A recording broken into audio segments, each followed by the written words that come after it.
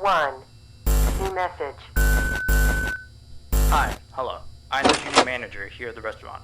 I'm supposed to walk you through the job as our new security guard. From your resume, I can tell that you're already a well-experienced guard.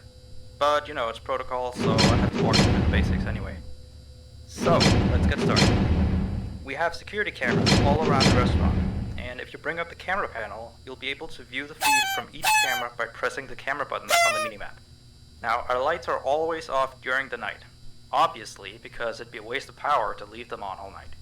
So to actually see something on the cameras, you can activate the camera system's night vision mode. You activate night vision by clicking on the button of whatever camera you're currently viewing. So for example, say you want to see what's on camera 1. You bring up the camera panel, you click on the button that says Cam 01, and then to use night vision, you click on Cam 01 again. Once night vision is activated, you can click on any of the other cameras and view them with night vision as well. And you turn it off the same way you turn it on. Now, night vision takes more power than regular vision, so make sure you use it sparingly. Your first priority as a security guard here is to keep an eye on the animatronics. Those are really expensive machines, and we do not want them stolen. And you keep an eye on them through the cameras. We have quite a few animatronics here at Candy's.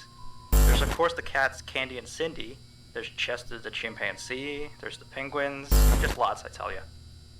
So, you also have 3 security doors in your office, each of which can be closed by pressing the door button by each door. These are here in case you're in some sort of danger, but personally I just use them to shut myself off from the world when I need a break. But don't let me be your role model on that one. You need to remember that closing these doors takes power, and the longer they're closed, the more power they drain. Now, I know that sounds kinda backwards, but you have to trust me on that one. I think it's something about the doors having an automatic fail-safe feature in case the power gets cut off. So they open up if there's no more power. All I know for sure is that they do use more and more power the longer they're closed, so you don't want to keep them closed for too long at a time. Now, the reason I keep mentioning the power is because the restaurant uses a backup power generator at night, which only has a certain amount of juice in it. So anything from viewing the cameras to using the security doors takes power. You can see how much power you have left on the computer on the desk in front of you.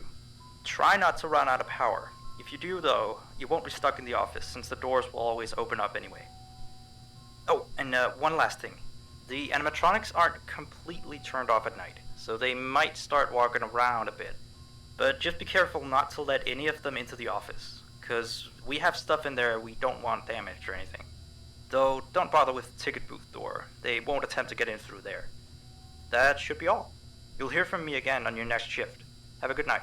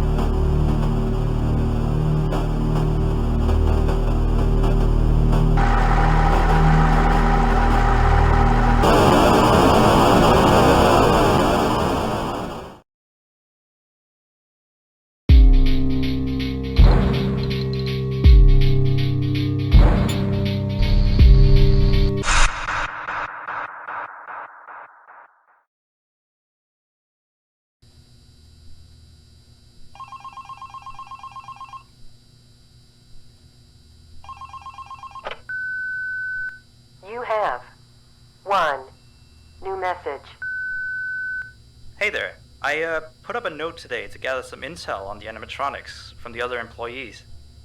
Just to get a list of the issues we've had with them. They've written down some stuff here for you, so let's see. Alright, so obviously the animatronics walk around at night, you know that by now. They try to get to places they shouldn't be. Yep. They act weird after dark. Yep. They don't like adults. I mean, I suppose. They always seem nice around children. Around us employees, they just kinda stare at you. I always thought they just hadn't been coded to interact with anyone other than children.